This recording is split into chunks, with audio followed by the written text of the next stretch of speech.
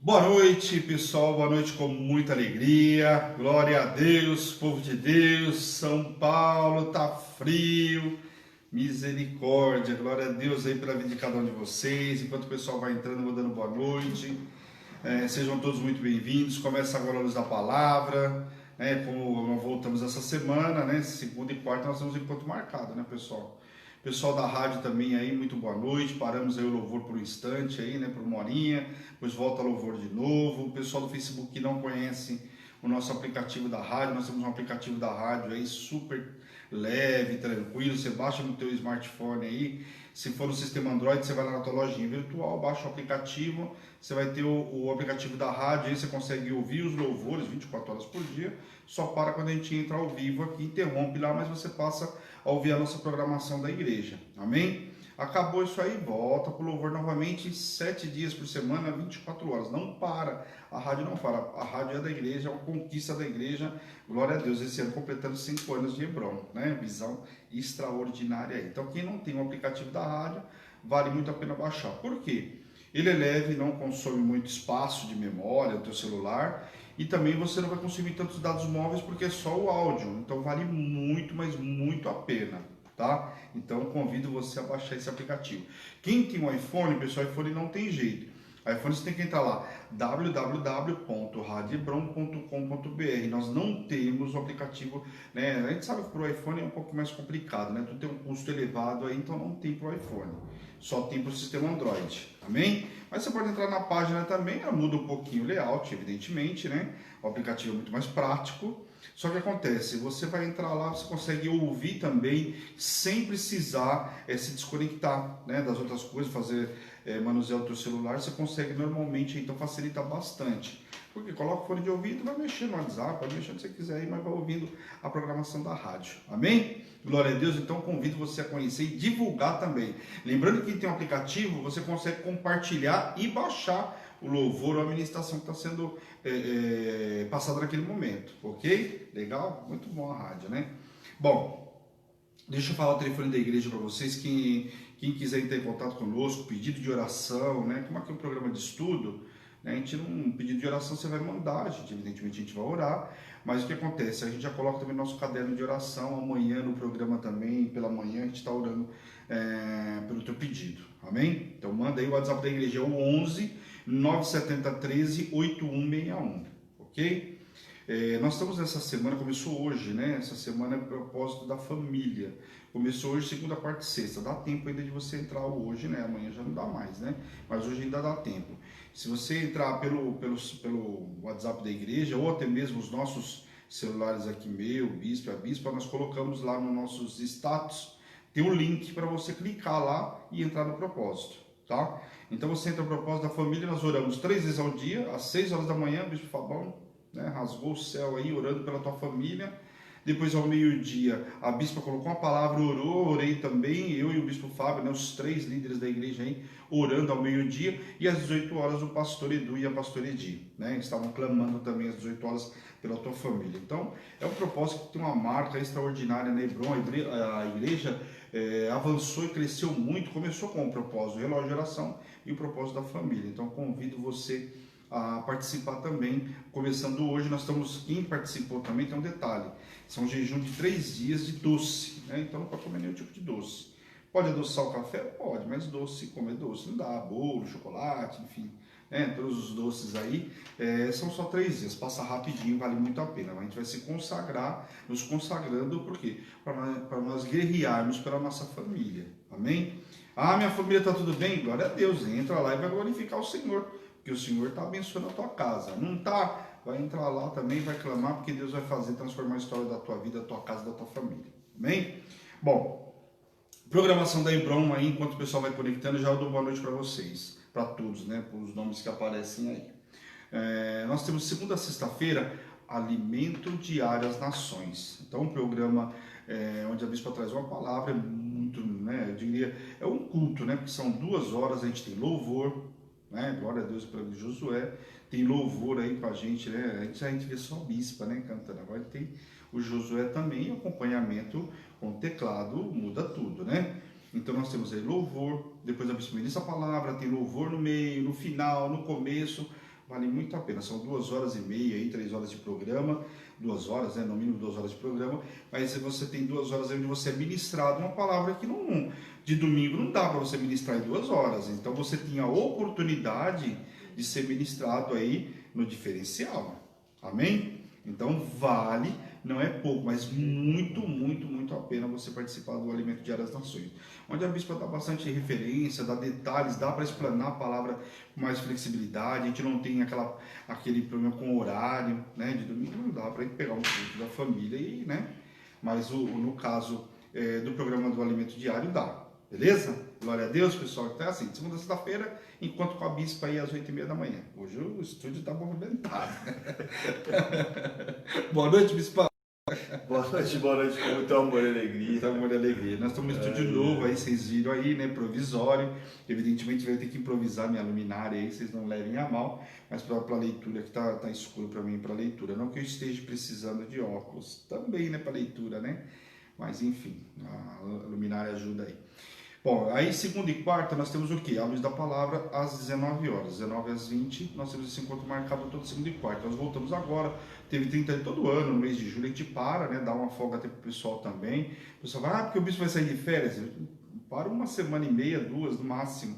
Depois eu estou a pleno vapor aí, né? As outras atividades da igreja não param. E vocês estão vendo que a Hebron não para mesmo, né? Terminou um curso agora, ontem, né? Terminamos o curso dos intercessores. Foram 12 terças-feiras, terminou ontem. Semana que vem, sexta-feira, sem ser essa próxima, já começa 2 cursos novos na igreja. 2, tá? Ao mesmo tempo, simultâneo. Olha como a igreja está avançando. Às vezes as pessoas acham que, mas que a igreja é virtual. Nós somos uma igreja virtual, pessoal, pioneiro, né? Pioneirismo aí na igreja virtual. Como se as outras igrejas têm? As outras igrejas, a parte virtual era secundária, né? A nossa não, nós começamos completamente virtual e avançamos virtualmente, né? O Senhor deixou bem claro que nós éramos pioneiros. Tanto que nós, por diversas vezes, tivemos a oportunidade de abrir uma igreja física e o Senhor não permitiu. Hoje você pode vir aqui no estúdio participar, né? Não tem problema nenhum, né? Quem tem espaço, avisa, só porque não fica aberto, né? Você chega um pouquinho antes e participa com a gente aqui ao vivo. Mas nós somos uma igreja 100% virtual. Então tem avançado muito. Tanto que você vê, vai começar um curso na semana que vem de diaconato e o pastoral, ao mesmo tempo. Então a bispa numa sala ministrando aí, ela e o bispo Fabrício ministrando os pastores, e eu na outra sala ministrando o pessoal do diaconato, o pessoal que foram ungidos, alguns foram ungidos, outros que vão estar sendo ungidos também, fazer uma reciclagem com alguns que já estão ungidos. Diáconos vão fazer também esse curso. E aqueles que vão ser ungidos vão estar fazendo também. Então, para alguns vai ser reciclagem, vai relembrar muita coisa, né? Se preparando também para o presbitério. Amém? Então, o ano que vem tem presbitério, né? Esse ano provavelmente já não tem mais, né? Porque nós vamos, o curso de pastor vai durar um ano aí. Mas o diaconato, a bispa falou hoje 12 semanas, eu espero que em 12 semanas devem passar todo o material. Mas também a gente não vai correr com material, pessoal. Quem vocês precisarem ser preparados, a gente vai preparar, evidentemente, né? Não vai mandar vocês para a guerra sem a arma que precisa. Então, começa a semana que vem bastante novidade, né? Então, segunda e quarta, enquanto marcado comigo. Terça-feira tinha um curso, acabou ontem, não tem mais. Prefiro Crer de terça-feira às 15 horas, o programa onde dá testemunhos, né? O pessoal vem contar o testemunho do que viveu na Hebron. O pessoal que é da igreja, que é de outra igreja, vem contar aqui e vem dar o testemunho. Nós tivemos agora terça-feira, né? Uma convidada, né? A Claudinha Prado. Na semana que vem é o último programa dessa temporada. O Prefiro Crer, ele é por temporada, né? Igual a temporada Netflix, né? Vem uma temporada, acaba, depois vem a próxima. Então, inclusive, muita gente que já participou de 2 temporadas aí contando testemunho.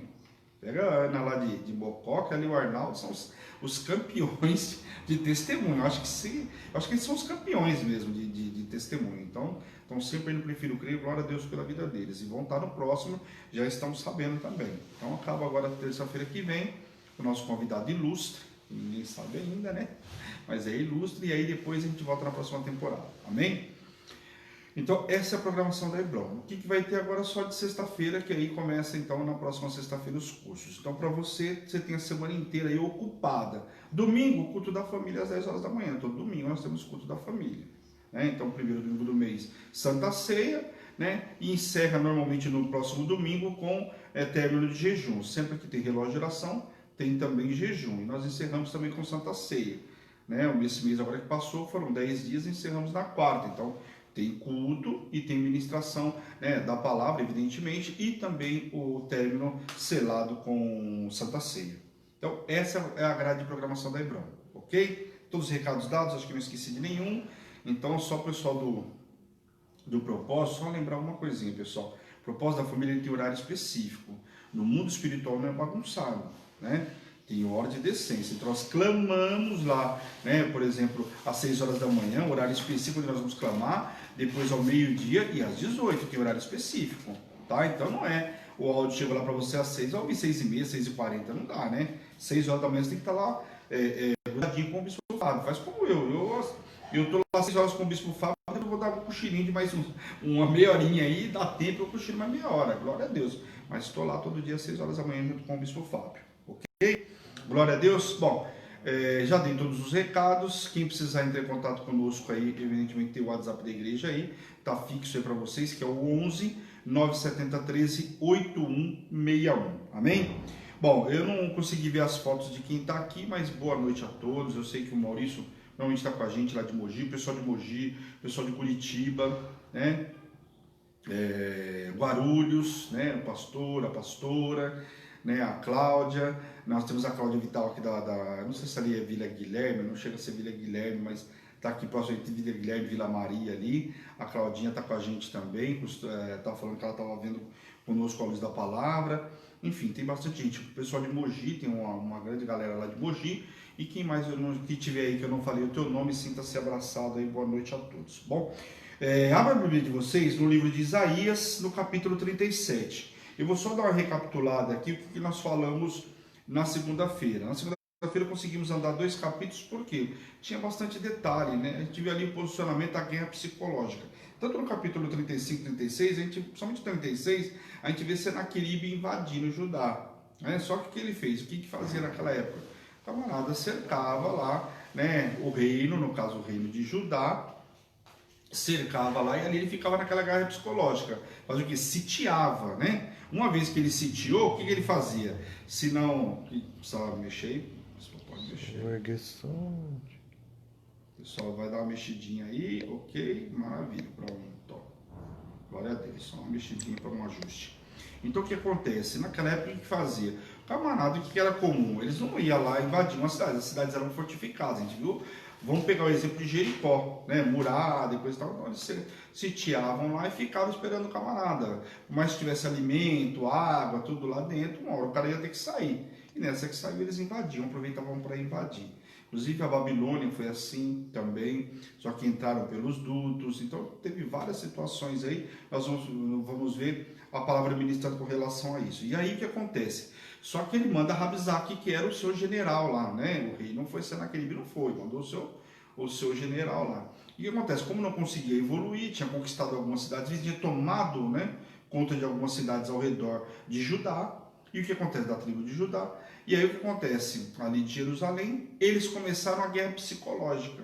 E qual que era a guerra psicológica? Começaram a apresentar as armas psicológicas que eles tinham. Olha, o Deus de vocês, por que vocês não... já falou comigo, já isso, já aquilo. Olha, os deuses dos outros não puderam proteger eles, vai proteger vocês.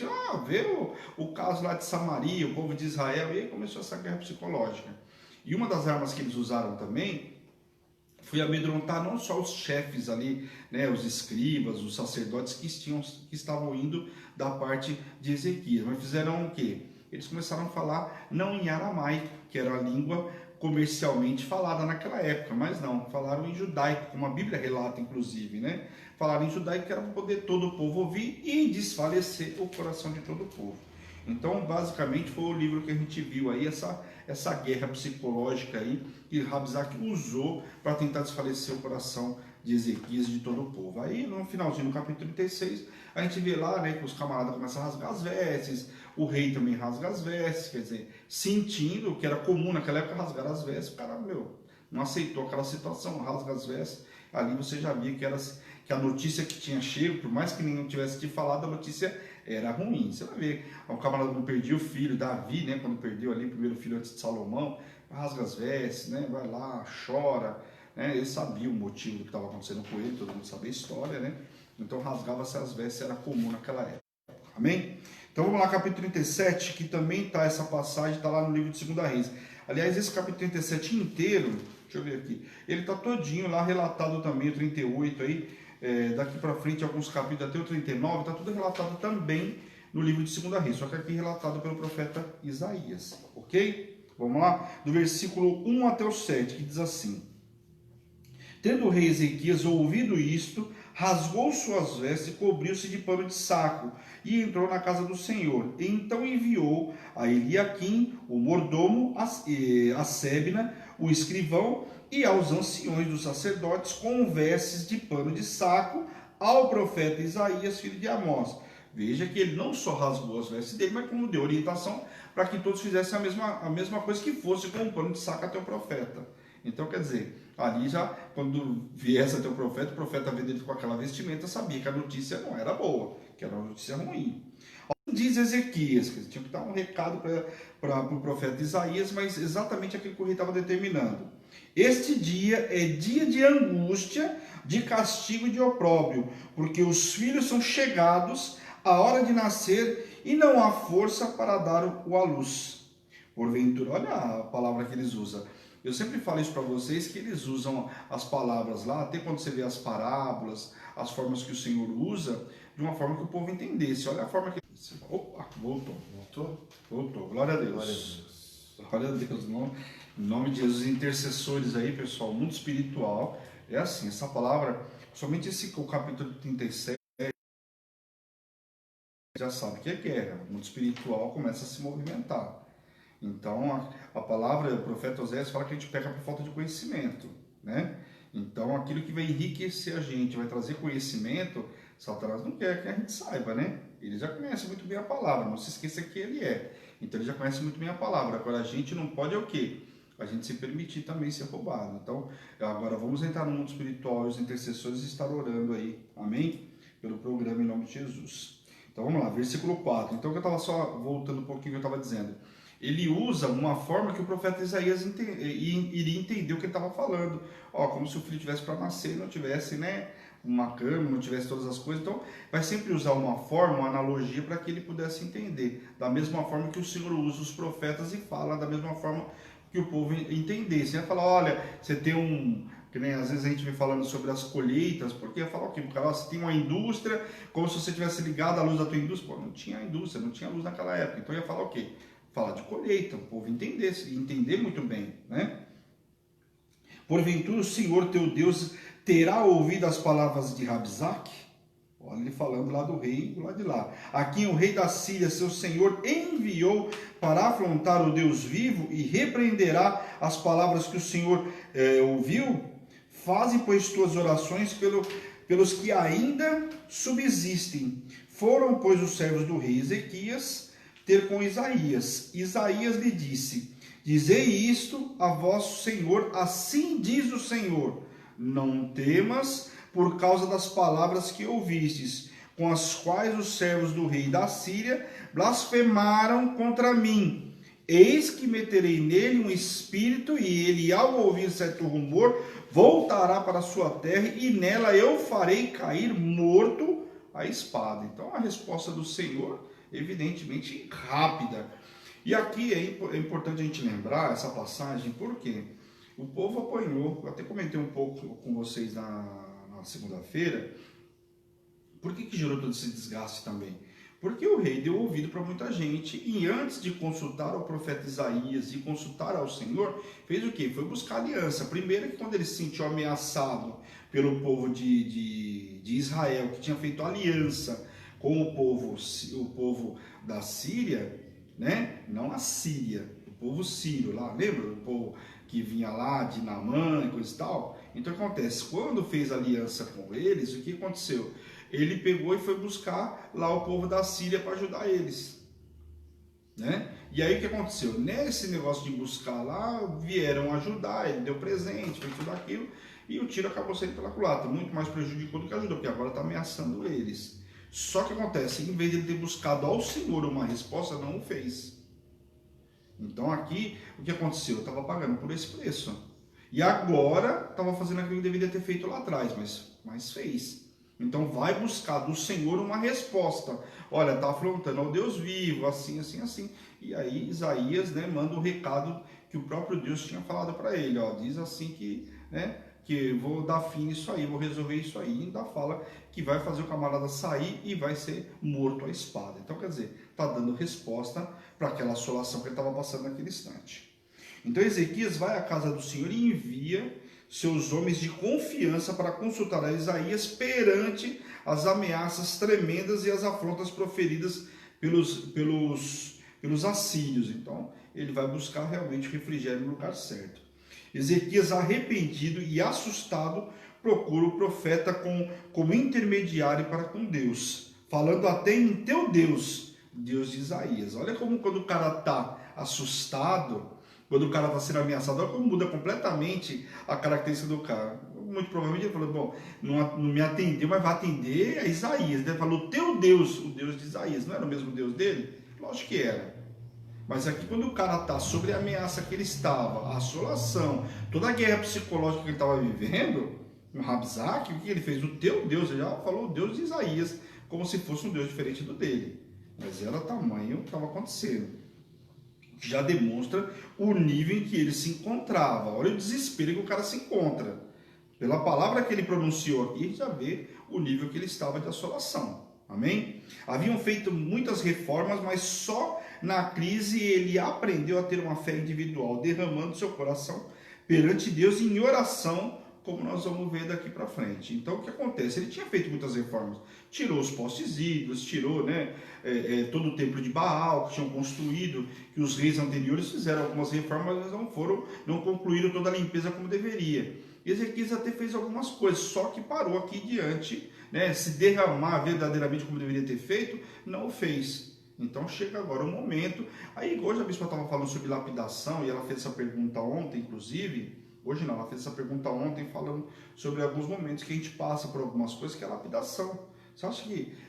Olha o que aconteceu aqui com Ezequias. Ezequias não foi lapidado nesse instante? Eu acho que foi. Ele aprendeu na próxima, pode ter certeza que ele vai orar primeiro ao Senhor antes de pedir ajuda para outra. Mas passou por algumas situações, e isso, com certeza, o capacitou. A situação de Judá assemelha-se ao impasse desesperado de uma criancinha que se aloja na abertura do ventre e não consegue passar. Por isso que ele fala, inclusive, ele dá esse recado falando de uma criança. A morte ameaça tanto a mãe como a criança. Então veja que ele fala com o profeta de uma forma que o profeta entendesse. Então ele manda o recado, o Isaías entendeu. O negócio é grave, que vai morrer tanto a criança quanto a mãe. Era essa, em outras palavras, aquilo que Ezequias estava mandando recado para Isaías. Então veja que ele usou exatamente aquilo que o profeta vai entender. Amém? Hoje a gente vê muito isso. Às vezes a bispa fala algumas coisas comigo, talvez quem ouviu não vai entender. Mas ela está falando de um jeito que eu sei que ela está falando.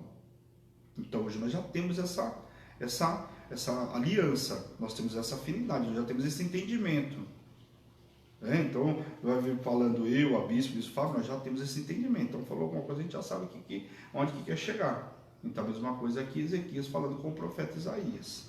A primeira resposta de Deus ao desafio de Senaqueribe foi o de predizer que um rumor de ataque inimigo faria Senaqueribe interromper o cerco contra Judá. Apenas um rumor já ia fazer Senaqueribe parar. Pô, o cara não fazia, acontecia, não tinha dominado um monte de inimigos, né, que estavam à volta. Inclusive falou sobre todo o povo que ele pegou lá de Samaria, do povo lá, né, das terras de Naamã, né? Olha só, de todo esse povo que ele estava falando aqui, o cara com um monte aí de exército falando que ia fazer acontecer, mas apenas com o rumor aqui ele ia dispersar, interromper o cerco contra Judá. Ele tornaria a Síria sem renovar o cerco, e assim ele seria assassinado lá. E aí nós vamos ver mais para frente aí que ele morre lá, inclusive pelo próprio filho.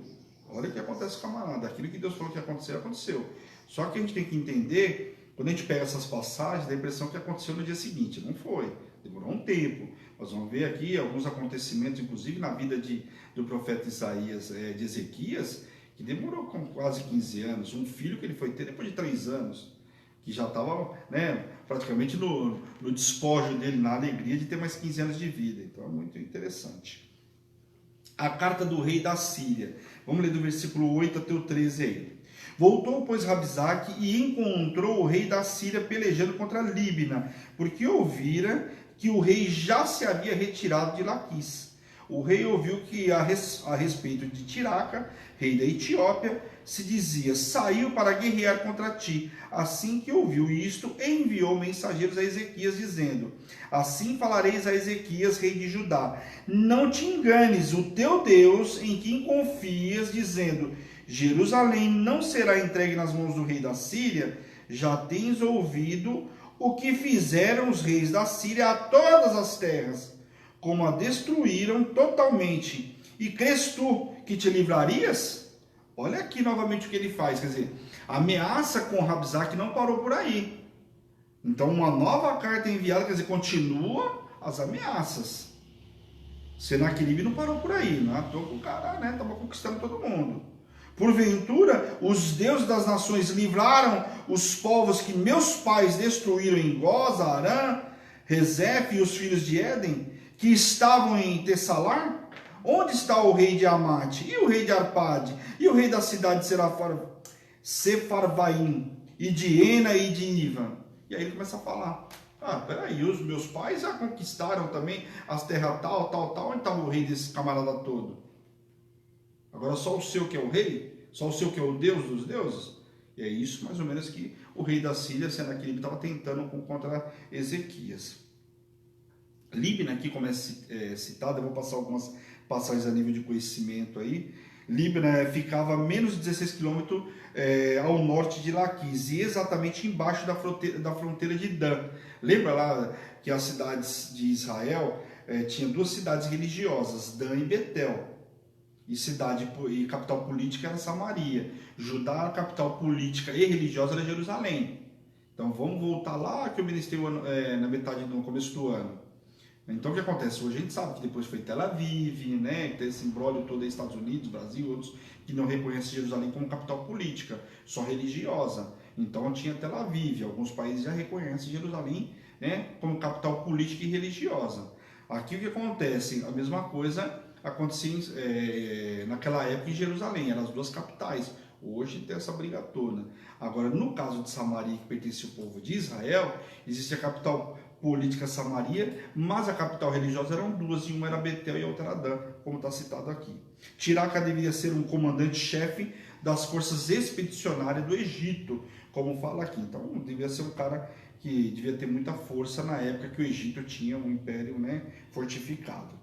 Goza era em Padã Aram, cerca de 288 quilômetros ao oeste de Nínive, então quer dizer, não era perto, né, 288 quilômetros naquela época, fala sério, o cara tinha que... Lembra que não tinha carro, né? Aram ficava ainda mais ao oeste, cerca de 112 quilômetros. Embora Rezefe e Telessar ficassem na região da Mesopotâmia ao norte, sua localização não é muito certa, eu não consegui com isso chegar aí ao certo, né? As cidades citadas aqui ficavam todas na Síria, ao norte de Damasco. Então a capital da Síria, Damasco. Então todos ficavam em volta ali. E uma das coisas que Senaqueribe encheu a boca para falar era que ele tinha conquistado ali, né, as cidades ao entorno de Damasco, né, ao entorno da Síria, todas as cidades pertencentes à Síria, e inclusive o povo de Samaria, o povo de Israel. Então vê que ele pegou todo aquele miolinho ali e foi conquistando, e parou justamente naqueles, né, em Jerusalém. Então ficava ao norte de Damasco, e claro, a Síria queria demonstrar seu poder sobre essas cidades. Então tudo que ele está falando aqui, contando essa bravata toda aqui dele, era para mostrar o poderio dele e a força, uma forma de amedrontar, ou seja, voltamos à guerra psicológica, amedrontar o quê? O povo de Judá, para que o povo se entregasse, abrisse as portas e saísse. Amém? Vamos lá, oração de Ezequias. Agora vamos ver que Ezequias começa e vai orar, né? Versículo 14. Tendo Ezequias recebido a carta das mãos dos mensageiros, leu-a. Desculpa, pessoal. Tendo Ezequias recebido a carta das mãos dos mensageiros, leu-a, e então subiu à casa do Senhor, estendeu-a perante o Senhor, e orou ao Senhor, dizendo... um cheiro diferente, não está não, pessoal? Ou só eu que estou sentindo? Às vezes eu sinto um cheiro e fiz, olha, quando não é da unção, né? Quando é da unção, glória a Deus, né?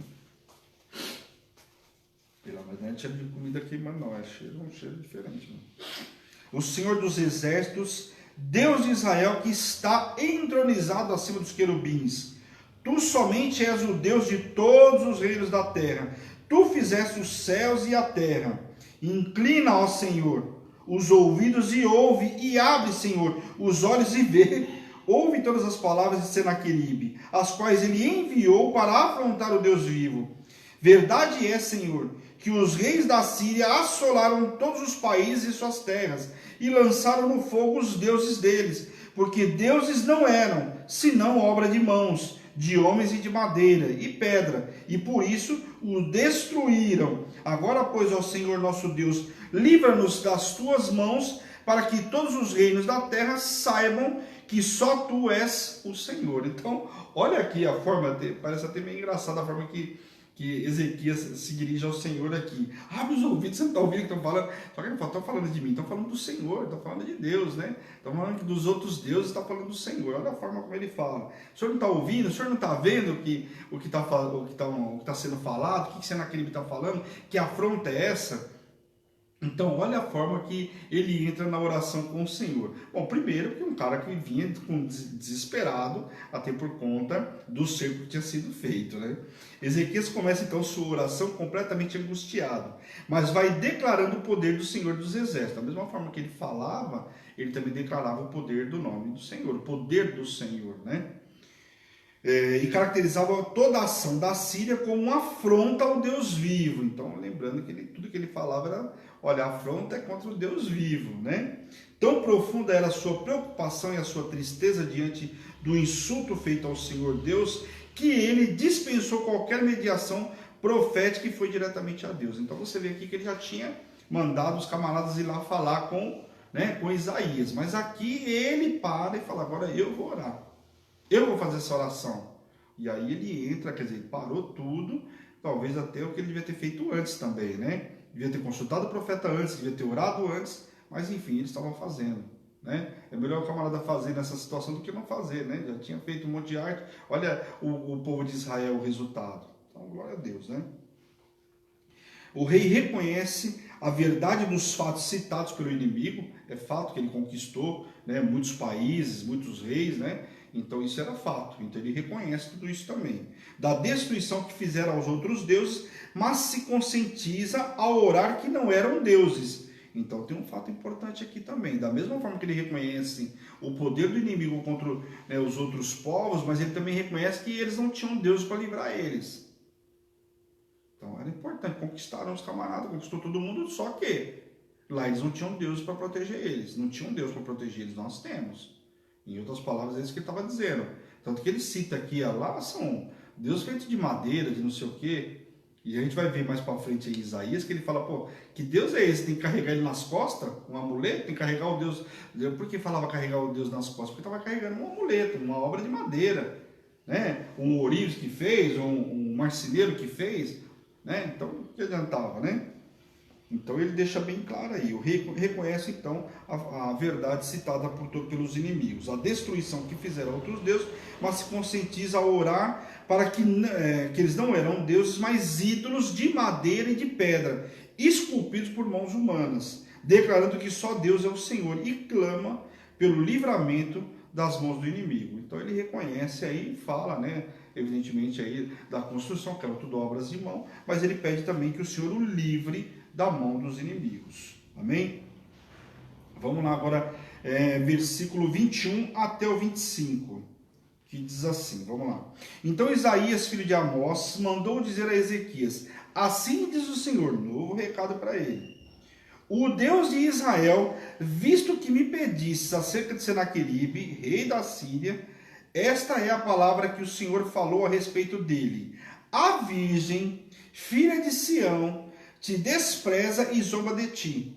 A filha de Jerusalém meneia a cabeça por detrás de ti. A quem afrontasses, de quem blasfemasses?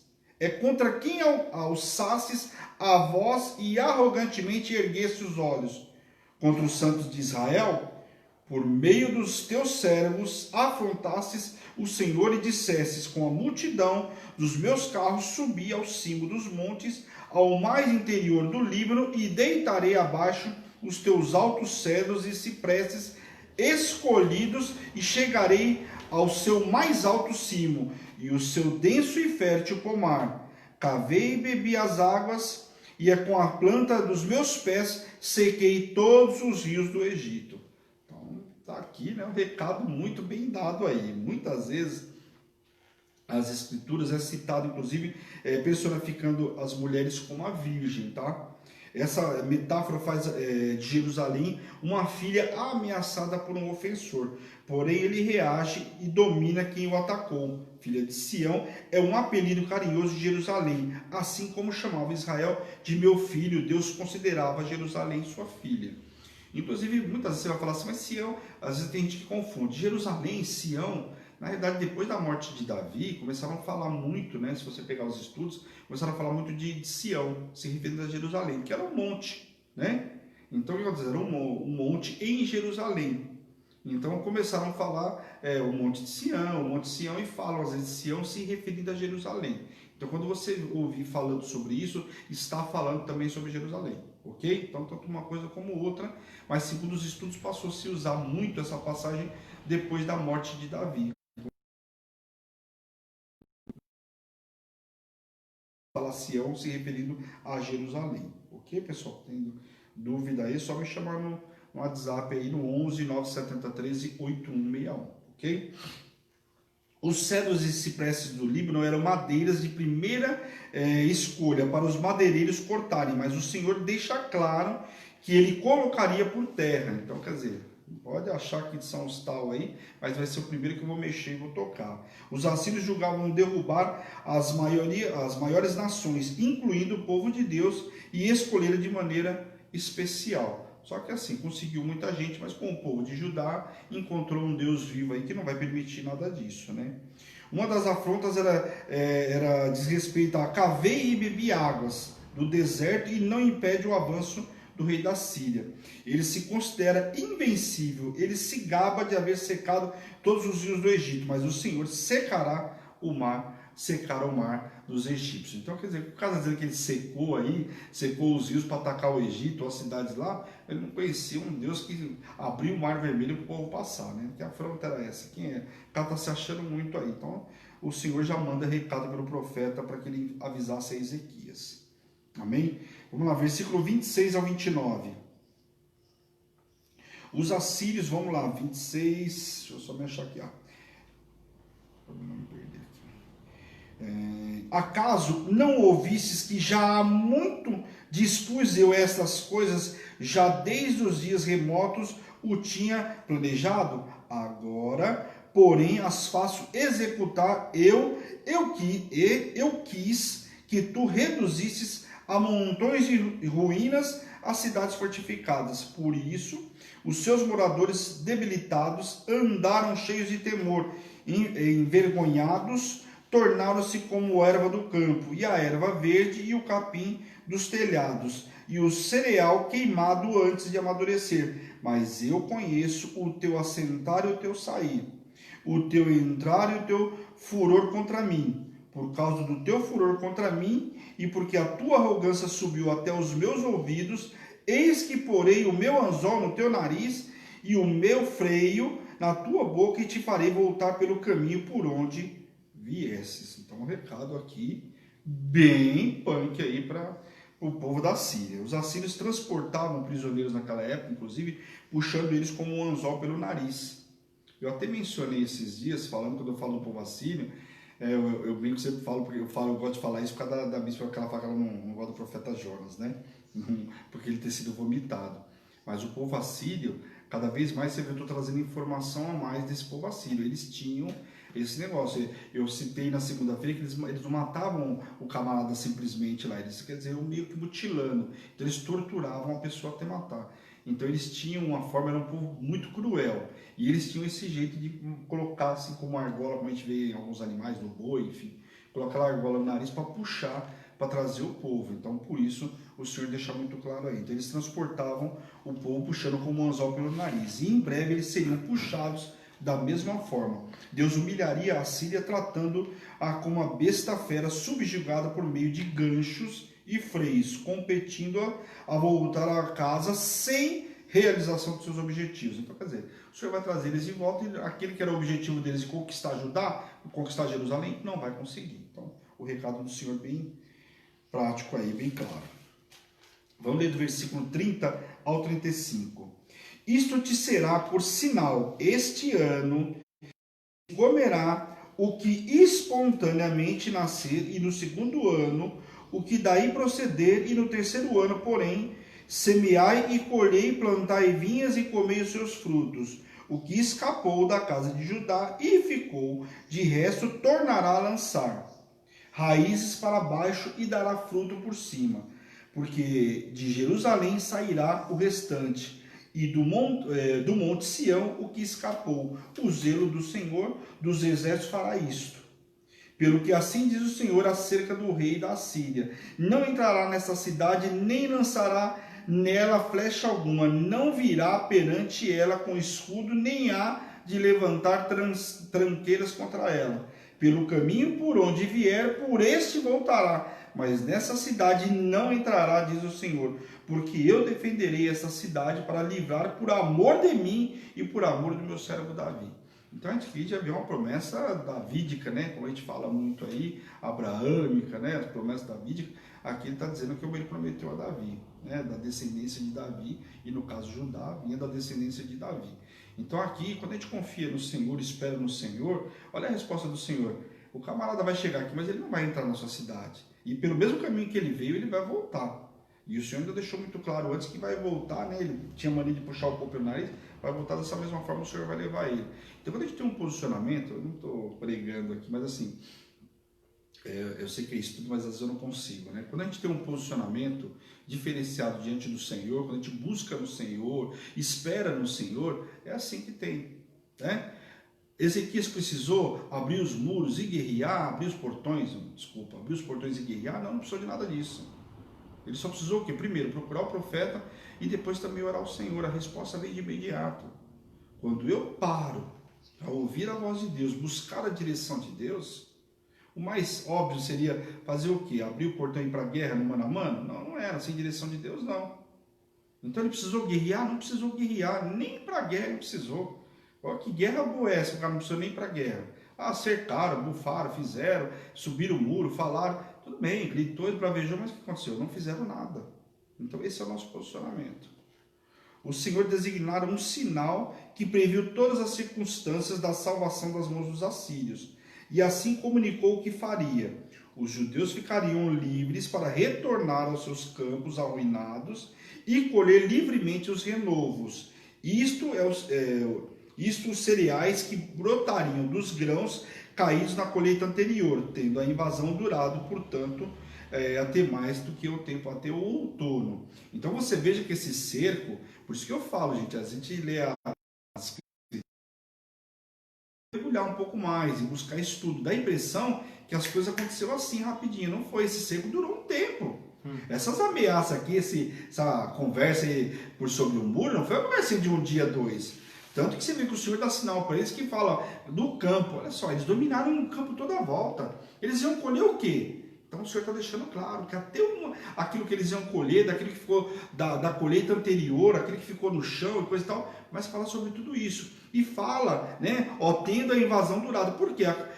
Se sobrou da colheita anterior, ou seja, algo que foi até a próxima. Então tem o período de verão e inverno, né? Então você imagina, até a próxima colheita, então, o negócio durou bastante tempo. Então o Senhor já está dando a resposta para eles aqui, que isso não ia ficar barato, mas que o Senhor também ia trazer mantimento ao povo, o povo não ia passar fome.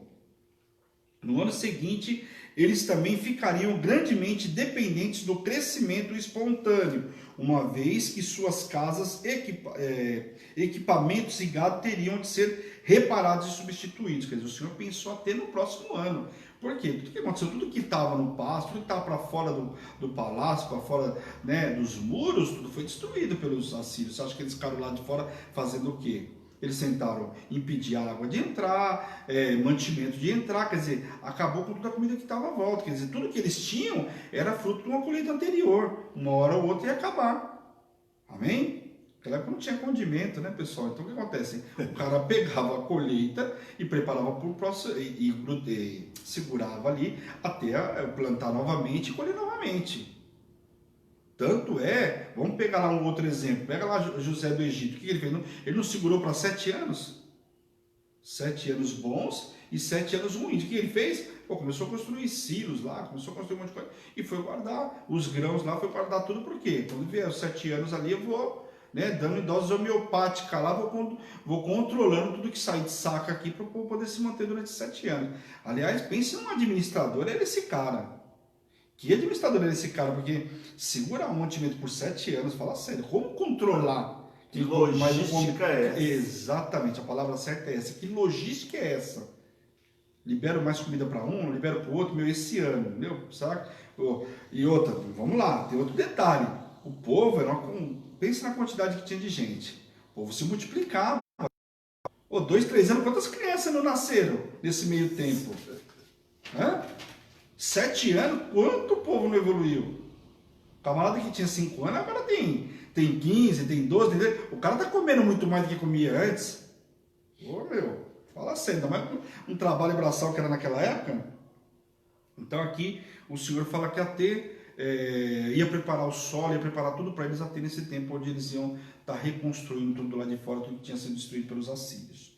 No outro ano eles se ocupariam de sementeiras, araduras e colheitas, pois os saqueadores assírios não voltariam mais. Aí eles vão plantar, vão fazer tudo tranquilamente, porque os assírios não vão voltar mais, os gafanhotos, né? Lembra dos amalequitas, né? Não vão voltar mais. Então, quer dizer, o Senhor preparou ainda o solo para eles, colheita e solo, 3 anos. O que é isso? Está entendendo quando a gente tem um Deus? Porque a gente tem ministrado muito, falado por conta dessa pandemia aí que está acontecendo no país. A diferença daquele que serve ao Senhor. Mas eu não tenho, a colheita ficou do lado de fora, eu não pude sair para trabalhar. O Senhor preparou, você vai sair e está lá o grão. Mas eu não plantei nada aqui. Mas ficou da colheita passada, como que ficou toda essa semente aqui e agora? Então veja como nós temos um Deus e do extraordinário. Amém? Deus assegurou que os refugiados presos por trás das muralhas de Jerusalém se espalhariam e se estabeleceriam nas suas cidades e vilas durante 113 anos de intervalo antes da queda de Jerusalém para a Babilônia. Então, logicamente, isso aqui, depois teve lá, o povo foi levado para a Babilônia. Mas durante esses 113 anos o povo se espalhou, né, por vilas lá e tudo mais. E aí o povo retomou o comércio. Depois de se retirar para ir ao encontro dos egípcios, em Eutec, Senaqueribe não retornaria mais para recomeçar o cerco, mas voltaria depressa para casa pelo caminho mais curto. Portanto, além de proteger a cidade para honrar a si mesmo, pois estabeleceu a cidade a adoração do seu nome. Então ali não ia entrar mesmo, né? Vamos ler os últimos versículos. Hoje também foi um capítulo só. Para esse capítulo não dá para a gente passar na segunda-feira, que é grande, né? Vamos ler aí 36 ao 38. Detalhe, né? Muito detalhe. E a informação que não adianta eu passar rápido para vocês. A gente precisa conhecer e dominar essa parte aqui. Amém? Porque é uma passagem que está lá em 2 Reis. Né? E o rei, esse rei, é o melhor rei relatado na Bíblia. Não houve nem antes nem depois dele melhor rei. Então, tem que saber a história do camarada no detalhe, né? Então saiu o anjo do Senhor e feriu o arraial dos assírios e a 185 mil. Olha só, vamos lá, vou ler de novo para vocês, presta atenção a resposta do Senhor aqui. Então saiu o anjo do Senhor e feriu no arraial dos assírios a 185 mil. Dá para você entender por quê que Ezequias estava com esse pavor todo, esse angustiado que ele estava? Que cerco era esse? Gente, eu não estou falando de meia dúzia de gato pingado fazendo barulho do lado de fora, não. Fala sério. A nação inteira. Meu, 185 mil homens. Por isso que o cara falou assim, vai lá pegar o povo do Egito, aqueles caiada lá, vai fazer isso aqui, vai pedir ajuda para não sei quem. Meu, os caras eram uma potência naquela época. O Senhor fez. E aí, quando a gente vai com o profeta Jonas lá, ele salva lá, né, se converte, né, eu não vou lembrar o número, mas se eu não me engano, quando o profeta Jonas vai até Nínive, né, que é a capital da Síria, ele salva lá, se converte em 100 120 mil pessoas. Só que aqui você viu que uma tacada só foi 185 mil. Aí a gente sabe por que o profeta Jonas fizeram, né? Foi lá, salvou 120 mil, mas agora matou 185 mil. Amém? Pessoal. Vamos lá. E quando se levantaram os restantes pela manhã, eis que todos esses eram cadáveres. Você imagina, o camarada que conseguiu sobreviver, né, o anjo da morte lá, o cara acorda e quando olha, morreu do quê? Ô fulano, ixi, esse aqui morreu, olha pro outro lado, morreu também. Mas como é que morreu todo mundo? Não tô vendo um cara com a faca lançada no cara, uma lança, não tô vendo nada. Fala sério, que cena era essa? O cara olha e vê que tá todo mundo morto do lado dele. Quando o cara olha, é só cadáver, misericórdia. Retirou-se, pois, Senaqueribe, lógico, rei da Síria, e se foi, voltou e ficou em Nínive. Sucedeu que, estando ele a adorar na casa de Nisroque, não é Nimrod lá não, tá? É Nisroque aqui, tá? Seu deus Adrameleque e a Salezer, seus filhos, o feriram a espada e fugiram para a terra de Ararat. E a Esaradom e seu filho reinou em seu lugar. O camarada era tão gente boa. Ô povo complicado, que o próprio filho matou o pai. Estão vendo como é que é naquela época? Esse povo era tão... Volta a falar, recado para bispo Carne. Olha o que Jonas não queria lá com esse povo. O camarada mata o próprio pai, meu. O que vai fazer com o resto do povo? Por isso que ele queria ir para trás, queria ir para qualquer outro lugar, né, meu? Fala sério, pega o barquinho, meu ingresso para outro lugar, né? Aqui relata o cumprimento da promessa de Deus, aquilo que o Senhor tinha falado que ia fazer e o fez, né? De vingar-se dos que afligiram o seu povo. O rei assírio Senaqueribe volta derrotado para o seu palácio em Nínive, localizado à beira do rio Tigre, né? E o seu assassinato, segundo os estudos, teria acontecido 20 anos mais tarde, em 681 a.C. Então, quer dizer, não é que ele foi embora, volta lá para vocês, vamos voltar lá pelos estudos que eu estava falando. Não é que ele voltou lá, morreu desses monte de gente, 185 mil aí, ele voltou lá e morreu no dia seguinte. Não, ele voltou e, segundo os estudos, depois de 20 anos aconteceu essa morte com ele. A profecia se cumpriu, mas não quer dizer que ele se cumpriu no dia seguinte. Tinha muita água para rolar, passar debaixo dessa ponte, como dizem aí. Finalizar aqui, Nisroque seria uma divindade muito conhecida na época, lembrando que Nimrod foi quem fundou a Síria. Eu até falei outro dia, não sei para que eu estava contando essa história, quando você pega lá em Gênesis capítulo 10, você vai ver lá que Nimrod, Nimrod, ele construiu, ele que fundou a capital da Síria, ele que, segundo os estudos, quando você começa a ler lá no detalhe, vai lendo devagarzinho, você vai vendo que ele deu todas as instruções para construir as torres de Babel. Que era uma forma que o povo queria construir, porque eles achavam o seguinte, que amanhã, na hora que tiver outra invasão de água, coisa e tal, eles estão livres lá, e também que eles chegariam até os céus. Mas que ali eles não seriam submersos, não seriam mortos. E uma das coisas que o povo até ficava indignado, e foi feito, aliás, também os estudos dizem que a idolatria começou com esse cara aqui, com esse Nimrod.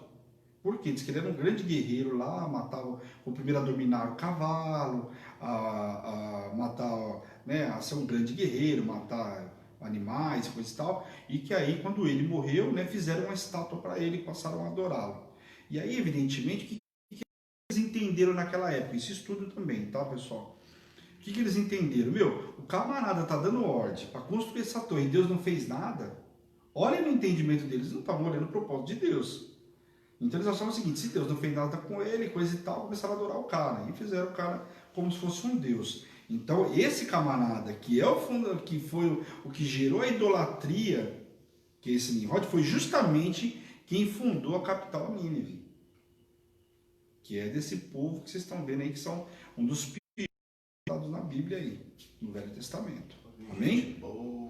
Cara, gente boa aí. Então esse Nisroque aqui era uma divindade que eles usavam lá, naquela época adoravam lá. Isso a gente vê muito, porque a Babilônia, só para vocês terem ideia, a Babilônia não é de Jacó. Quando a gente vê falar da Babilônia lá, de Judá, teve o primeiro império deles, foi lá na época, bem lá em Gênesis, foi um grande império.